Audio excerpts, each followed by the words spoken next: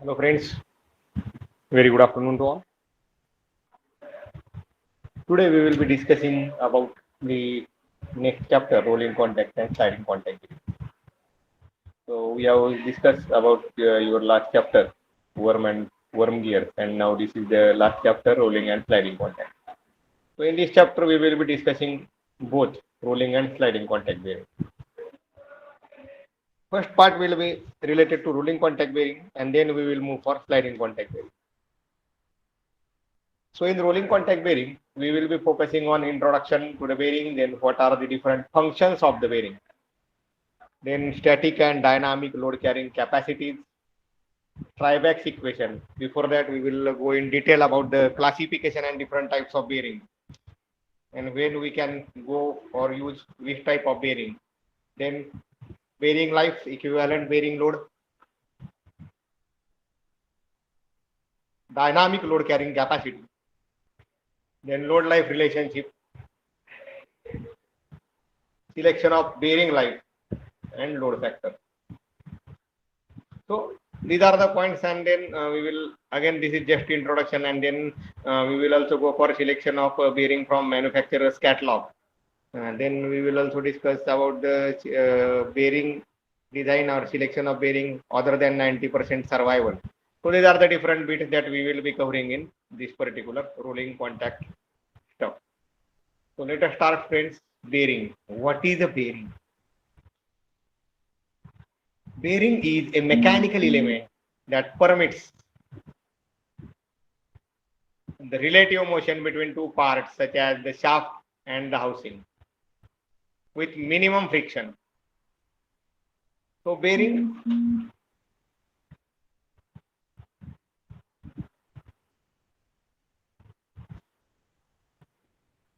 which permits, let us take example. Now we have discussed about the four types of gears, and let us have an example of gearbox. So the housing is there, the gears are mounted on the shaft, and the shaft is rotating in the housing. So there are different bores or diameter separate arrangement is made for locating the shaft. Imagine that without a bearing, a shaft is located or fixed on the housing. What will happen? If the shaft is rotating at 510 RPM, no problem, it can sustain for some time. But if it is rotating at, for example, 1440 RPM, 1500 RPM, then whatever lubricant you provide in that case, it will fail within some minutes. It will not go for hours also, because the shaft is in direct contact with the housing. And what will happen due to this? The housing will also get damaged, casing, housing, whatever, and the shaft will also get damaged.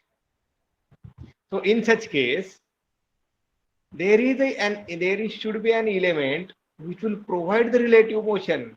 Shaft will remain safe, the housing will also remain safe. And this is nothing but we can say a bearing.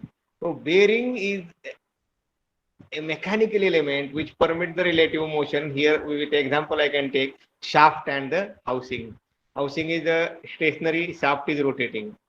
So if we fix the bearing in the housing and if we fix the shaft in it, then it will permit the relative motion without without friction, or I will say it is the theoretical term, with minimum friction. So this is the definition of bearing and introduction to bearing, that why bearing is required. So we have discussed an example that why bearing is required. Continuing the same example, we will discuss what are the functions of the bearing.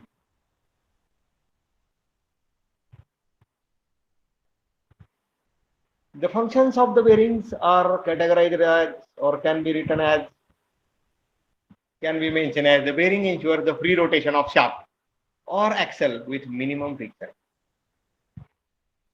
Bearing ensures the free rotation of shaft. So let us take the same example: the gear mounted on the shaft and the shaft is supported in the casing or housing.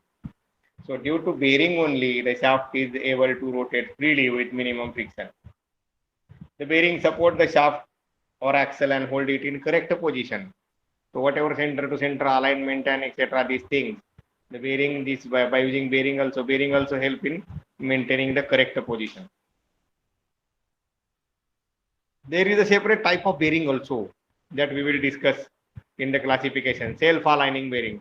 Wherever there is a condition that there is a continuous misalignment occurring, and if in such cases self-aligning bearing is used, then the bearing itself accommodates some of the misalignment and help the shaft and the complete assembly to be in proper position.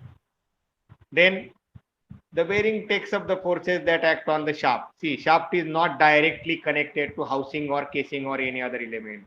So the load acting on the shaft will be transferred to bearing first, and the bearing will transfer the further load to the frame, foundation, or casing or housing on which the bearing is located. Very important. The bearing takes up the load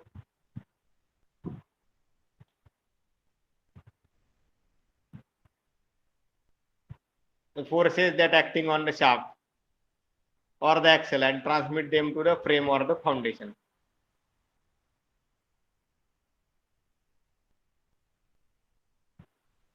These are the some of the functions of bearing. Now, classification of bearings.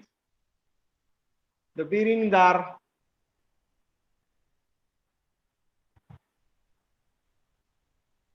classified in different ways. So depending upon the direction of force that act on the bearing, they are classified as radial and thrust bearing. So see here how the load is acting. So a bearing is shown.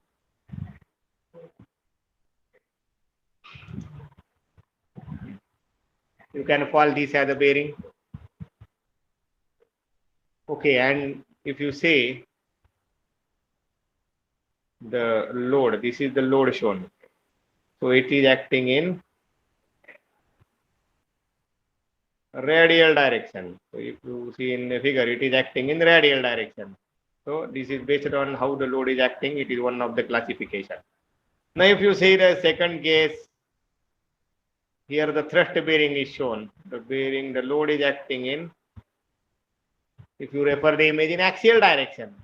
So it is thrust bearing or axial bearing. The load is acting in axial direction. So depending upon the direction of force that acts on the bearing, they are classified as radial bearing and thrust bearing. Now next, depending upon the friction between the shaft and the bearing. Depending upon the friction between the shaft and the bearing, they are classified as sliding and rolling contact bearing.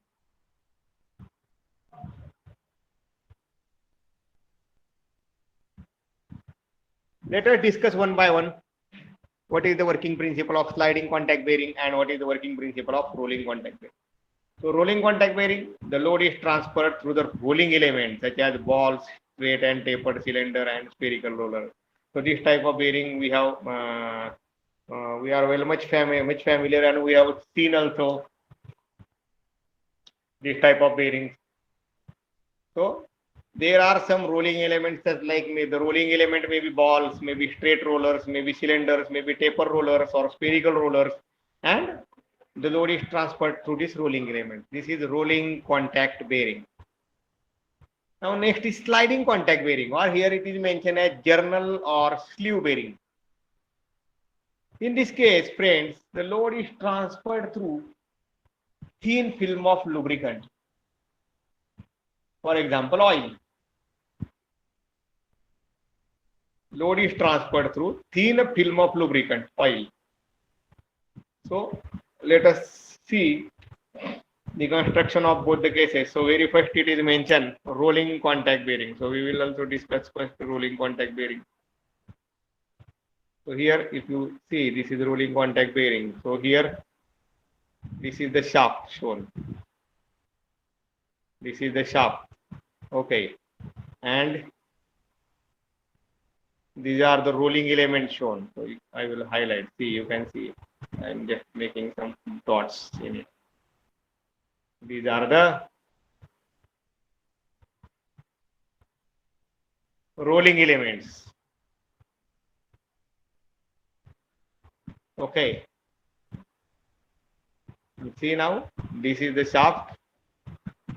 The inside one, here it is mentioned. I will say this as the shaft. Okay, so this I will call as the inner race, This is outer race and these are rolling elements, and the load is transferred inner race, outer race, and in between rollers. So the load is transferred by the rolling element. Therefore, this is the principle in rolling contact bearing. Now take the another example. Here also you can see sliding contact bearing. So if you see the example here, sliding contact. So this is given as this mentioned is given as shaft. So this is shaft and one bush is provided. So whatever the hatch lines or cross lines are shown, this is a bush. And in between the lubricating oil is shown. So you can refer here, this is nothing but the lubricating oil is shown. And the load is transferred to the layer of lubricating oil. What is mentioned? Thin film of lubricant. So whatever here it is shown. So we can see here. Here also we can see thin film of lubricant. So load is transferred through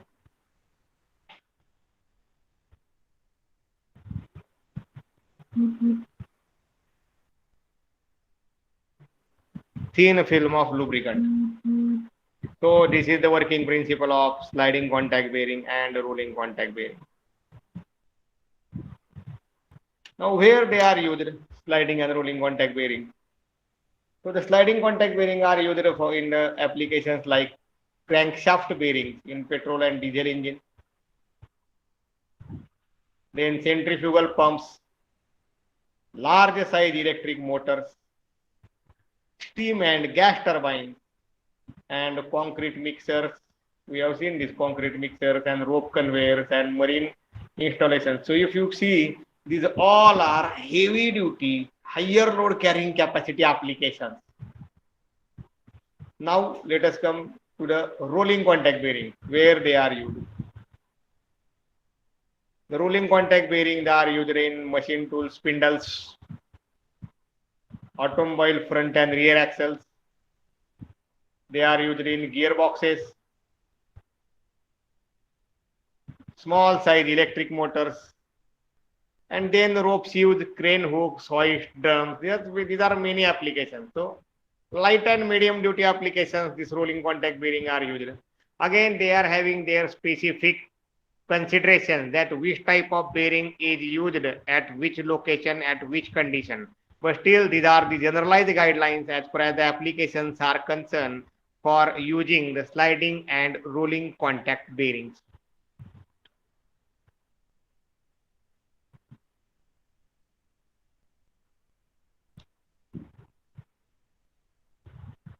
So rolling contact bearing, let us have a discussion about what are the different elements in the rolling contact bearing. So rolling contact bearing, load is transferred through the element which call it as a rolling element. Okay, now what are the different elements? So I can say here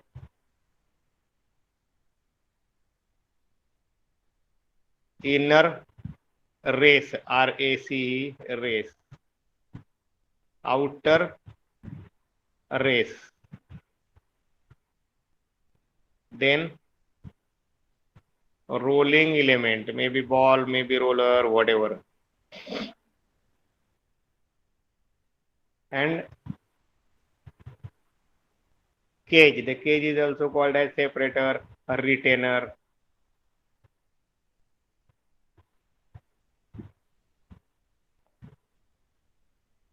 So these are the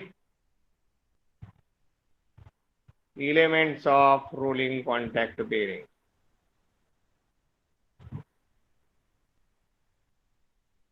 These are the elements of rolling contact bearing. So let us see one by one what is this I will mention. So I will mention this as the inner race for your understanding purpose. So whatever this inside, I will call it as inner race. We're familiar with the construction. Then this I will call it as outer race.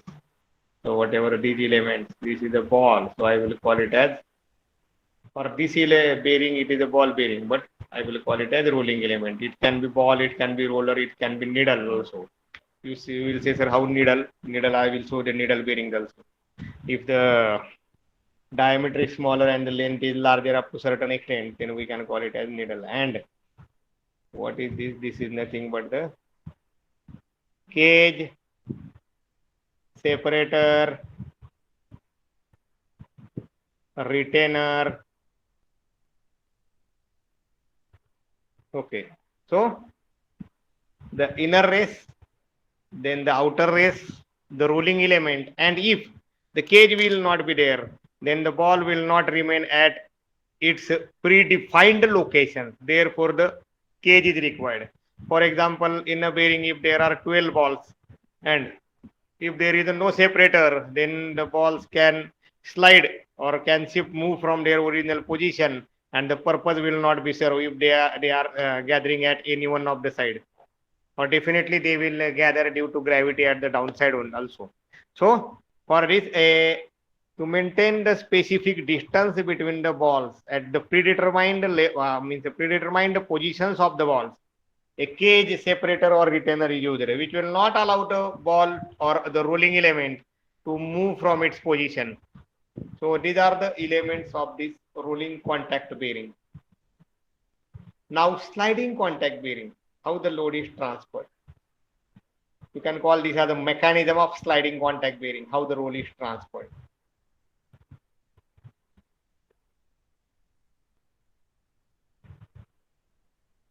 See the initial position, the shaft and the stationary shaft. So here you can see the metal to metal contact.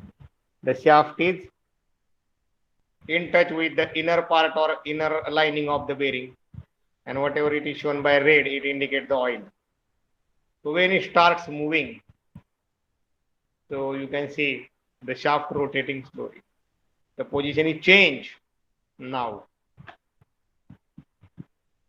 Here you can see the position at this particular reference point. Now it is in contact. So as it starting moving, the shaft will try to slide, try to roll over to the on the inner surface of the bearing, and the oil will try to flow. See here, whatever the shape is observed. So you can say the shape of oil film is like that. So you can call it as wedge shape. And here the oil will try to move between this shaft and the inner portion of this particular bearing. And then after some time you will get that the shaft is completely separated from the bearing, and everywhere there is oil and there is no metal to metal contact at all in the between the shaft and bearing. And this is the principle of journal or sleeve bearing. The load is transferred through the lubricant. So if you refer this diagram, the load is transferred through the oil. And if no any external supply is required for this oil, and the oil film is generated due to the relative motion between the shaft and the bearing surface, then such a lubrication is called as hydrodynamic lubrication. So here it is mentioned, no metal to metal contact. It is hydrodynamic lubrication. So this is the working principle of bearing. Now we have discussed about the basic classification. Then what is the rolling contact bearing? What are the elements of rolling contact bearing? And what is sliding contact bearing? Let us start on related to rolling contact bearing. So there are different types of rolling contact bearings. You see, so rolling contact bearing, it may be a ball bearing. Under ball bearing, there are again deep groove ball bearing, DWP, deep groove ball bearing, angular contact bearing. If the element is used as ball, there are two categories. If the element is roller, then there are cylindrical bearings, needle bearings, tapered bearings, and spherical bearings. Different types of bearings are there under roller also. And last is the thrust bearing. So let us discuss one by one. What are the different types of bearing? What are the key pointers? And what is the, we can say, what are the advantage, disadvantage, or what is the any significance of use of that particular bearing in a particular application? So let us start this. So let us have a look toward this all types of bearings. So here you can see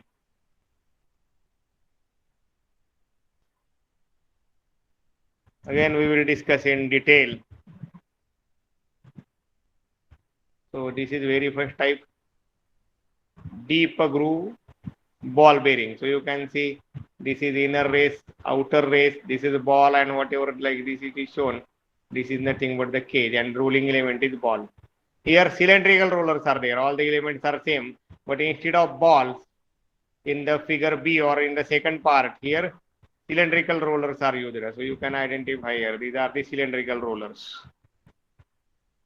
Then angular contact bearing, if you refer the construction.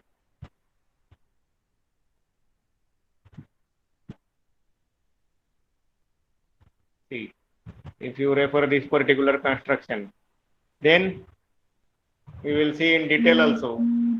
This is the somewhat difference between this ball and angular contact. So if you refer the construction for ball bearings, you can clear cut here identify like this structure. So grooves are made and the balls are placed in between inner and outer. But here, if you can see, there is a complete different type structure you can see here on one side, and there is a particular angle made. And we will see the advantage and disadvantage of this angular contact bearing also. Then self-aligning bearing, here you can see the structure due to this arrangement, they are self-aligning, and whatever first three bearings are there, we will call it as single row because only one ball is there used, and in this case you can see here 1, 2, so we can call it as double row self-aligning ball bearing. Then spherical rollers are also used, only the rolling element is changed, and you can see here.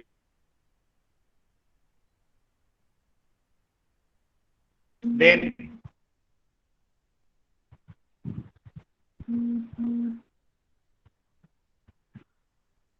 the taper roller is there, you can see the taper rollers. So we will again see the advantage, disadvantages of this particular journal, or this particular, we can say, bearing, taper roller bearing, and then thrust ball bearing. So these are the just we can say the images shown. So I will give to try to give the highlight by considering a 3D views related to this.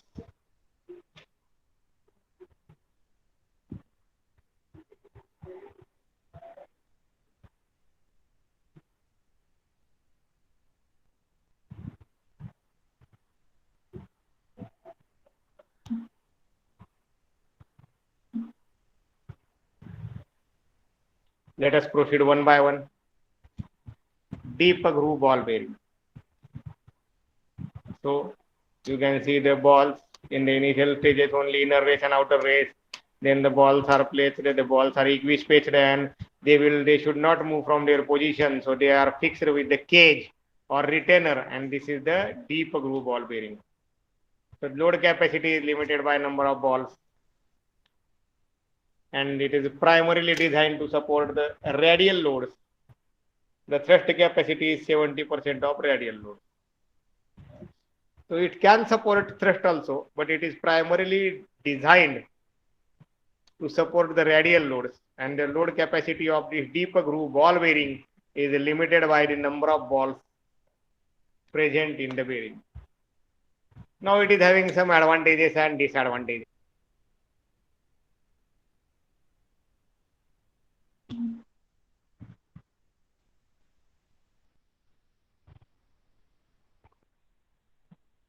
So due to relatively larger size of balls, deep groove ball bearing has high load carrying capacity. So it is having high load carrying capacity. Then it can take load in radial as well as axial direction. Then due to point contact between the balls and races, frictional loss and the resultant temperature rise is less in this bearing. The maximum permissible speed of the shaft depends upon the temperature rise of the bearing. Therefore, deep groove ball bearing gives excellent performance for high speed application. See, there is a point contact between the balls and races. So frictional loss is lesser and the temperature rise is lesser, and therefore this type of bearing can be used for high speed applications. Deep groove ball bearing generate less noise due to point contact. So noise also generated is less in this type of bearings. Then deep groove ball bearings are available with bore diameter from a few millimeter to 400 millimeter. So wide range of these diameters are available for deep groove ball bearing. Then there are some limitations of the deep groove ball bearing also. So deep groove ball bearing is not self-aligning. Accurate alignment between the axis of the shaft and the housing bore is required. So it is not self-aligning bearing. So the alignment between the shaft, the bearing and the axis is very accurate. It is required between the housing bore also. And deep groove ball bearing has a poor rigidity compared with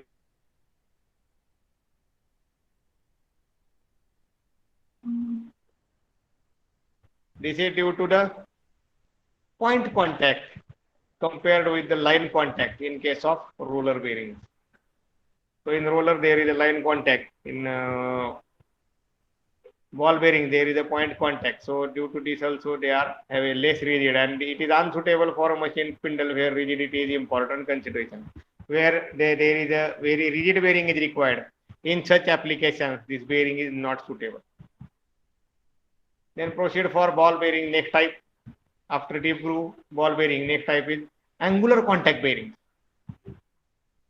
The center line of contact between the balls and the raceway is at an angle. So you can see here, I have highlighted in the first diagram also the construction difference between deep groove ball bearing and this particular bearing. So here you can see the center line of contact between the balls and raceway is at an angle. They are perpendicular to the plane perpendicular to axis of rotation. See, this is a plane perpendicular to axis of rotation. So if you see, and this is angle, so you can say this is nothing but the contact angle. It is mentioned here. This is the difference between ball bearing and this angular contact bearing. Use of high radial and thrust load applications.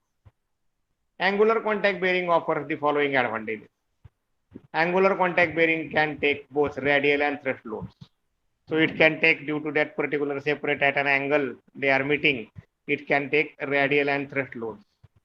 Then in angular contact bearing, one side of the groove in the outer race is cut away to permit the insertion of large number of balls than that deep groove ball bearing. So here the construction details also we can see the one side is cut away, and this permits the entry of large number of ball as compared to deep groove ball bearing, and due to this large axial and radial loads can be carried out. Therefore, the load carrying capacity of the angular contact bearing is more as compared to deep groove ball bearing. Friends, what are the disadvantages of these angular contact bearings? So two bearings are required to take the thrust load in both directions. So one bearing is not sufficient. Here two bearings are required to take the thrust load. Then the angular contact bearing must be mounted without axial play. And the angular contact bearing requires initial preloading conditions. This is about angular contact bearing. Let us move to next, the roller bearings. Roller bearings have higher load carrying capacity than ball bearings. Load is transmitted through line contact instead of point contact. So if you refer in ball bearing, balls are used as a rolling element. In roller bearing, rollers are used.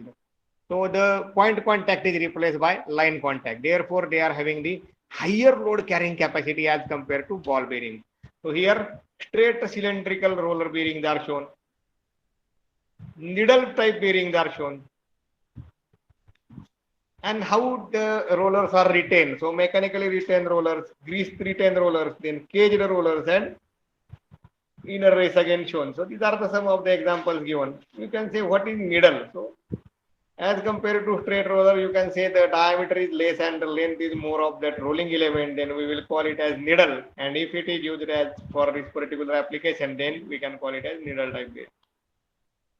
There are some advantages and limitations for this roller in contact bearing also. Due to line contact between these rollers and races,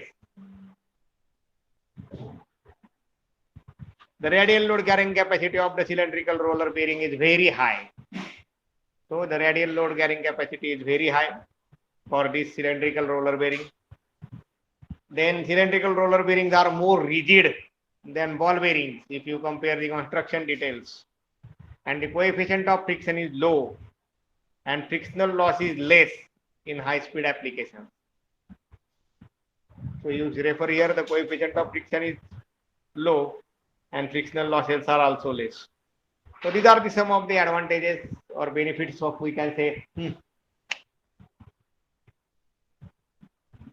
rolling cylindrical roller bearing. Now let us proceed further. What are the limitations of this cylindrical roller bearing? So if you refer,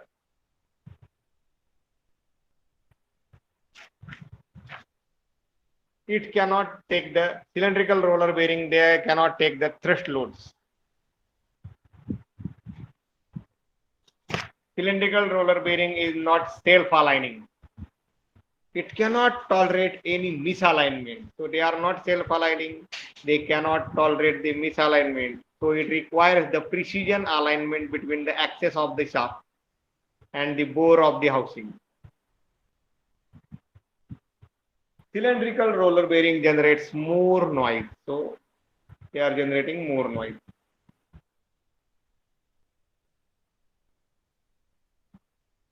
This is about the cylindrical roller bearing. Now let us proceed further. Tapered roller bearing. Now here rollers are used, but if you see the position between this is cylindrical and if you see here it is taper roller. So here is one arrangement, I will call it as just in 2 words. The arrangement is cup and cone. So here you can see here, this particular I will call it as a cup and this I will call it as a cone. So the tapered bearings are designed to withstand the high radial loads and high thrust loads. So as the bearing is making at an angle taper, so it is a combination where the bearing can sustain very higher radial loads and higher thrust loads, or this combined load at moderate to higher speeds. So heavy duty bearing this type, and they can also withstand repeated shock loads. So if you see the construction, this is the rolling element, I will call it as the roller. You can see the taper arrangement, it clear cut indicates between the cup and cone, it is I mentioned. So it is making an angle. So this is taper, and you can see here that image which is taken from the sources of internet, and you can observe here. So a taper roller bearing, it is shown how it looks, the inner race, outer race, and the rolling element. The advantages and limitations of this taper roller bearing. So taper roller bearing can take heavy radial and thrust loads. We have seen the arrangement. It is at an angle. So this angle due to taper, they will take the radial as well as axial load. Then taper roller bearing has more rigidity, and taper roller bearing can be easily assembled and disassembled due to taperable parts. So assembly and disassembly can be easily possible. And the disadvantages of taper roller bearing are, it is necessary to use 2 taper roller bearings on the shaft to balance the axial force. So the taper roller bearing is required to be used minimum 2 for one shaft in order to balance the axial forces. It is necessary to adjust the axial position of the bearing with preload. This is essential to coincide the apex of the cone with common apex of the rolling element.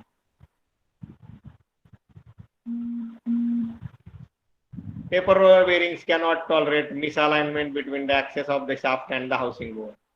They cannot tolerate any misalignment, and tapered roller bearings are costly. They are used for cars and trucks, propeller shaft and differentials, railroad axle boxes, and as large bearings in rolling mills.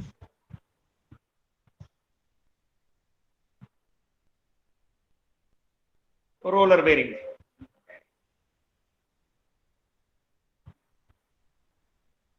So spherical bearing, the bearing design uses, see, this is the, again, rollers are used, the type is somewhat different. So spherical bearing. Bearing design uses barrel shaped rollers. Spherical roller bearing combine very high radial load carrying capacity and with the modest thrust load capacity and excellent tolerance to misalignment. This is the bearing which is having tolerance to misalignment if you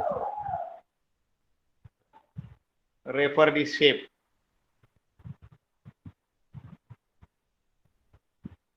So the inner complete inner race along with the balls, they can have somewhat alignment in this and this. So if they will shift to somewhat this side or somewhat this side, again it can tolerate. So this is the special feature of this particular spherical bearings. Excellent tolerance to misalignment.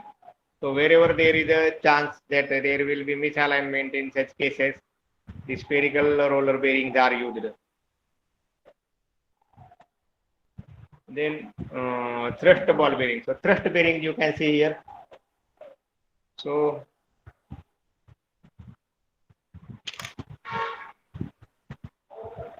here thrust ball bearings are shown.